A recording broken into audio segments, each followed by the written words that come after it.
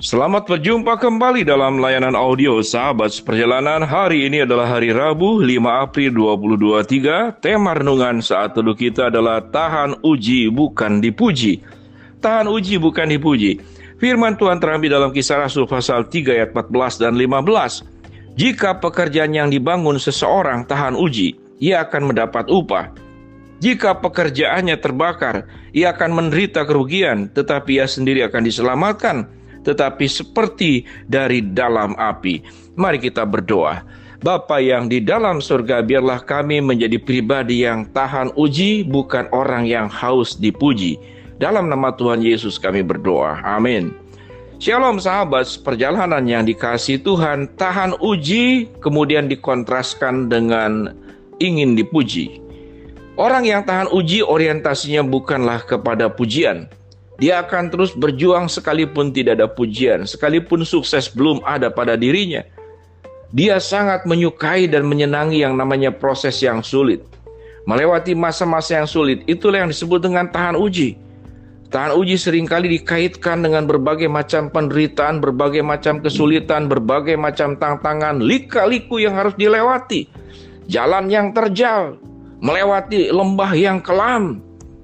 Tatkala kita bisa melewati semuanya itu, dikatakan di dalam firman Tuhan, kita menjadi pribadi yang pekerjaannya dibangun sebagai seorang yang tahan uji, dan dia akan mendapatkan yang upah yang berasal daripada Allah. Dia akan mendapatkan pujian dari Allah dan bukan pujian dari dunia ini. Dengan menjadi pribadi yang tahan uji, kita menjadi orang-orang yang bisa memberkati diri sendiri dan memberkati orang lain. Tahan uji akan menjadikan kita sebagai pribadi-pribadi yang berkualitas. Pribadi-pribadi yang punya konsistensi dalam hidup ini, di dalam segala keadaan, dalam segala kesulitan. Seseorang akan tahan uji di dalam kesetiaan karena ada godaan. Jangan tatkala kita mendapatkan godaan kemudian mengatakan karena aku digoda, aku jatuh. Karena itulah kesetiaan dibangun daripada godaan-godaan, bujuk-bujukan yang terjadi. Itu yang dialami oleh Tuhan Yesus tatkala digoda di padang gurun selama 40 hari. Dan Yesus tahan uji. Mengapa? Karena fokusnya kepada Allah, seperti ada firman Tuhan tertulis. Janganlah engkau mencobai Tuhan Allahmu, seperti ada firman yang tertulis. Manusia hidup bukan dari roti saja, tapi daripada firman Allah.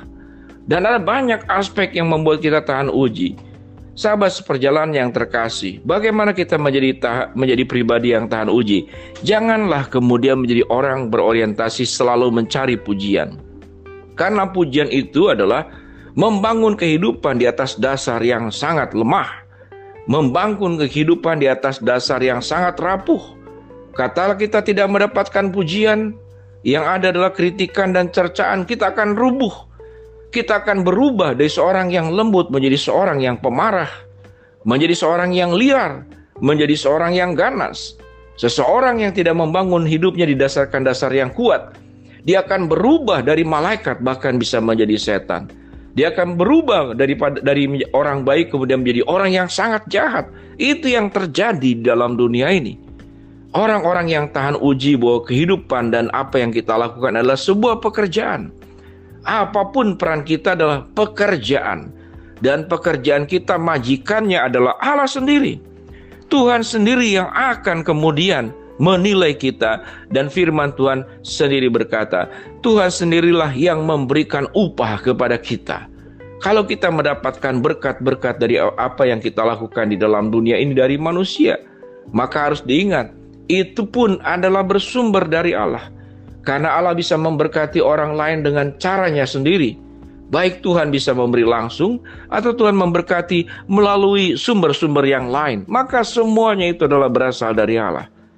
Sahabat yang terkasih di dalam nama Tuhan Yesus, tatkala kita diperhadapkan kepada berbagai macam masalah, kesulitan, tantangan, baik itu kemiskinan, baik itu penolakan, baik itu hambatan, baik itu masalah yang berkali-kali menerpa kita, ingatlah kekuatan Tuhanlah yang akan membuat kita tahan uji. Sahabat seperjalanan, mungkin kalau dimintakan silakan berkeluh kesah. Persoalan hidup apa yang sedang dihadapi oleh dirimu saat sekarang? Datanglah kepada Tuhan. Nyatakanlah segala air matamu, keluh kesahmu kepada Dia. Lakukanlah hubungan intim yang bersama dengan Allah. Di dalam kelemahanmu Tuhan akan memberi kekuatan. Dalam keterbatasanmu Tuhan akan memberikan sesuatu yang tidak terbatas. Dalam ketidaktahuanmu Tuhan akan memberikan hikmat bijaksana, sehingga engkau bisa melihat segala hal dari pengetahuan yang bersumber dari Tuhan. Dalam kebodohan kita, dalam ketidakmengertian kita, Tuhan akan memberikan kecerdasan ilahi untuk melihat banyak hal. Bahkan kita bisa menjadi orang-orang yang melebihi seorang doktor atau profesor sekalipun. Karena mengapa? Karena dosen kehidupan kita, guru besar kita, guru agung kita, rabi kita adalah Allah sendiri.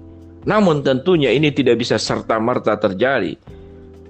Yang penting adalah bagaimana kita mau menyerahkan hati, pikiran, dan hidup kita. Membiarkan diri kita diajar oleh sang guru agung kita, yaitu Allah sendiri. Caranya adalah bagaimana? Lakukanlah banyak sebuah hubungan intim melalui doa. Dengarkanlah kata-katanya melalui perenungan kebenaran firman Allah yang sudah ada di dalam Alkitab yang kita bisa baca setiap saat. Maka kita akan menjadi orang-orang yang tahan uji. Maka kemudian fokus kita jangan mencari penerimaan dari manusia, baik pujian, baik kemudian balas timbal balik yang bisa diberikan orang lain.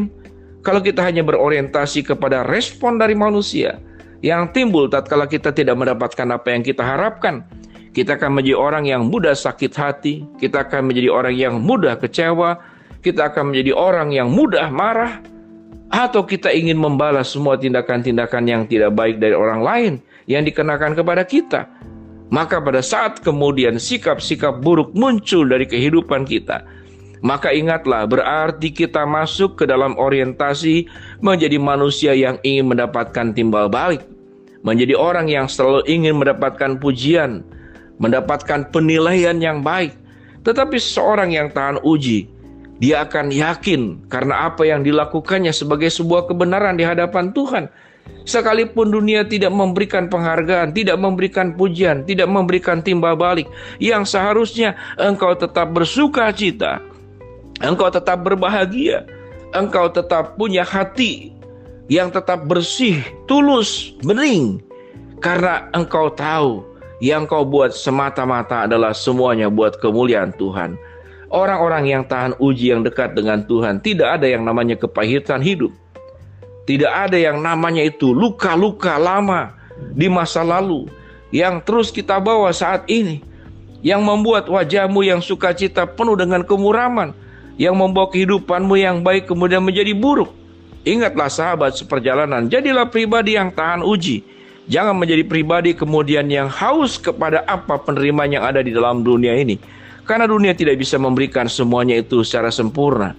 Kita berhadapan dengan manusia berdosa, sedangkan yang kita perlu lakukan, kita berhadapan dengan Allah yang kudus, Allah yang maha adil, Allah yang maha perkasa, Allah yang akan menegakkan segala sesuatu itu di dalam kebenaran, di dalam kuasa, dan juga di dalam kesempurnaannya. Mari sahabat seperjalanan, kita menjadi pribadi yang tahan uji. Jangan menjadi pribadi yang berorientasi hanya melulu daripada pujian dan penerimaan. Kita berdoa.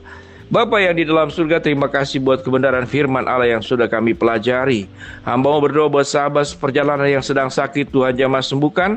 Sahabat seperjalanan yang sedang menghadapi masalah, Tuhan bukakan jalan.